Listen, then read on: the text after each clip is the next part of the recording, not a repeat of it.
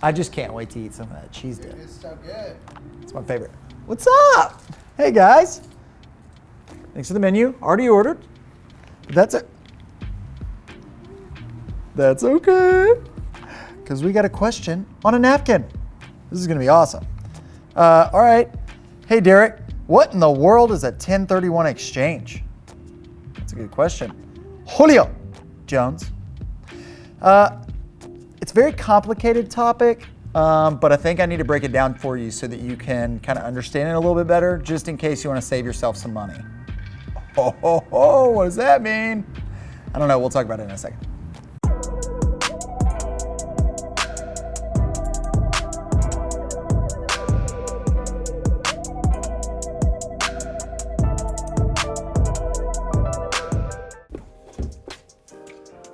That doesn't work. We'll put that right there for right now.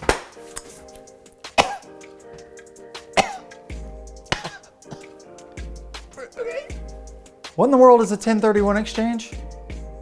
Well, that's what we're going to go into right now. But not only what in the world is a 1031 exchange, but when should you use it, right? Who can help you with it? And is there a time limit on using it? That's what we're going to go into. All right, what's a 1031 exchange? A 1031 exchange allows you to defer your tax payment on a property that you sell, an investment property, to go buy another property that's an investment property for equal or greater value. So when you're talking about taxes, you're talking about specifically capital gains tax. What is that? So it's tax on the capital gains of the investment property, which is the profits that you made from the investment property. So just like you would pay taxes on stocks, you would also pay taxes on this, which is your capital gains tax. So your short-term capital gains is anything less than 1 year, and your long-term is obviously anything over 1 year. So you might be thinking, I don't invest in real estate right now. That's fine. If you have a primary residence, you actually might be able to get a capital gains tax exemption. As long as you've lived in your property for the last 2 of the last 5 years, or actually a consistent 2 years of the last 5 years, then you are exempt from capital gains tax. So when should you use a 1031 exchange? Why is it so important? Well, I look at it this way. Think about an acronym. ADDC, ADDC, appreciation, depreciation, diversification, and cash flow. If one of these 4 applies to you, you should definitely use a 1031 exchange. So with that, you've got appreciation, which means your house or your investment property is appreciated the max it's gonna appreciate.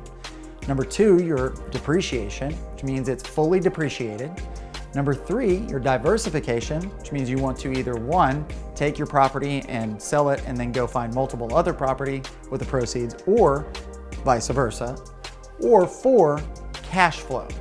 What does that mean? It means that if your property is doing maybe 2% or less annually on your ROI, then this will be a really good time to go ahead and offload that property for the opportunity to generate more cash flow. So now you might be asking, is there a time limit on when I can actually do this? So say I decide to sell my property, but I want those funds to go into an account and then I use it for a 1031 exchange, but I don't want to do it for another year. Well, actually there is a time limit. So 45 days for you to find the property that you want to use the 1031 exchange to go into, okay? Then you have 180 days to close on said property. And remember, that property has to be equal or greater value than the property that you already have. Keep that in mind, very important. You might be asking yourself, Derek, can you help me with the 1031 exchange? And the answer is, I can't technically help you in the facilitation of it. That's something called a qualified intermediary. And the best place to find one of those is go to a local title company, your CPA who's potentially dealt with these before, or a financial advisor, and they will be able to help either direct you to somebody who has done them or they've done them themselves. As you can see, this is an extremely intricate process. This is not something you should take lightly. It is something that if you don't know a lot about it, you need to hire somebody that does. I can help talk to you a little bit about it, but when it comes to actually doing the process itself, you need to find a qualified intermediary to assist you. But again, guys, this is just scratching the surface. 1031 exchange is extremely intricate and can go so many different ways. So just make sure to hire a professional when you do it. So this has the potential to save you hundreds of thousands, hundreds of millions of dollars in tax savings or tax deferment. So if you think that this isn't valuable, think again. It definitely is.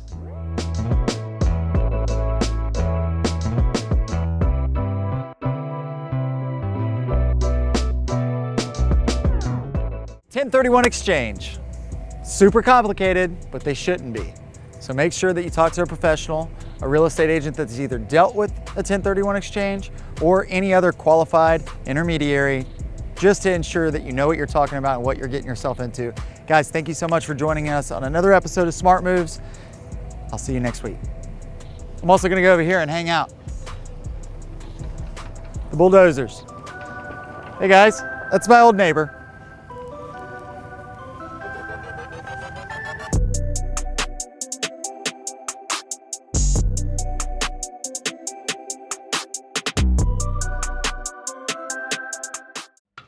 So a 1031 exchange in its simplest form is a exchange.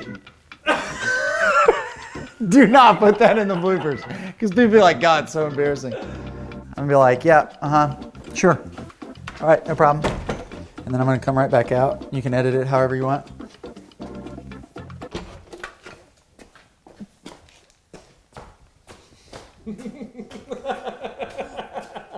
Is it so good? I don't know what to say after that, so I'm gonna kind of cut because at this point I have no clue what to say.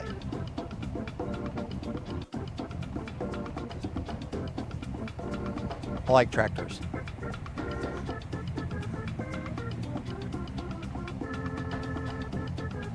But none of those are tractors. So, 1031 exchanges? That was a super in-depth technical episode. I like tractors. I like turtles. All right, you ready?